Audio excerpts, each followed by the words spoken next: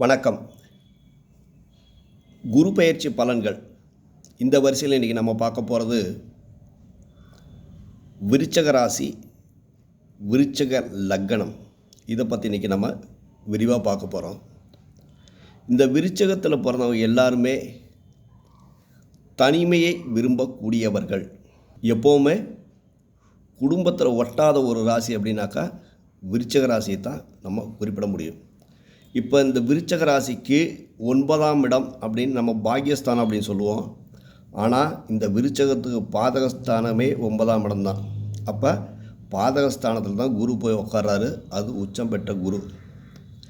அந்த குரு தனது பார்வையால் லக்னத்தை பார்வை செய்வதால் 2 குடைவர் 9ல் போய் உட்காந்துருக்கிறாரு. பாதகத்தை செய்வார் அப்படின்னாக்கா பாதகத்தையும் நன்மையும் மாறி மாறி தரக்கூடிய யோகம் கட்டாயம் உண்டு. இந்த விருச்சக லக்னம் விருச்சக ராசிக்கு ஒரு தொழில் செய்கிறவங்களாக இருந்தால் தன்னுடைய பெயரிலோ தான் முன்னின்று எந்த செயலையும் செய்யக்கூடாது. அப்போ விருச்சக லக்னம் விருச்சக ராசியில் பிறந்தவங்க வேறு யாரையாவது முன்னாடி நின்று புஷ் பண்ணி இவங்க தொழில் செஞ்சால் மட்டும்தான் இவங்களால் தெளிவான வெற்றி கண்டிப்பாக கிடைக்கும். சரி, இவங்களுக்கு எப்போ யோகமான காலம் அப்படின்னாக்கா இந்த குரு பகவான் அதிசாரமாக மறுபடியும் மாறி சிம்ம ராசிக்குள் நுழையும் காலத்தில் தன்னுடைய 5ஆம் விசேஷ பார்வையாக தனுசு ராசியை பார்வை செய்யும் காலம்.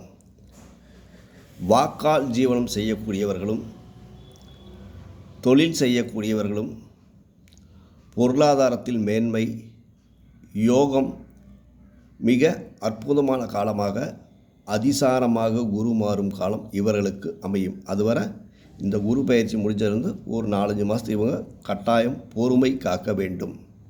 இந்த குரு பயிற்சி காலம் அப்படிங்கிறது எதுக்கு யோகம் அப்படின்னாக்கா இதுவரை குழந்தை பாக்கியம் இல்லாதவர்கள், இதுவரை திருமண தடை இருப்பவர்கள், இவர்களுக்கு இது ஒரு யோகமான காலமாகவும், இதுவரை வேலை தேடிக் கொண்டிருப்பவர்களுக்கு வேலை கிடைக்கக்கூடிய யோகமான காலமாகவும் இது நன்மை தரக்கூடிய நேரமாக நிச்சயமாக அமையும். அப்போ வேலை தேடுறவங்களுக்கோ குழந்தை பாக்கியத்துக்கு தயார் பண்ணி கொண்டிருப்பவர்களோ அல்லது திருமண தடை இல்லாதவங்களோ இவங்களுக்கு மட்டும்தான் இது ஒரு யோகமான காலமாக அமைகிறது.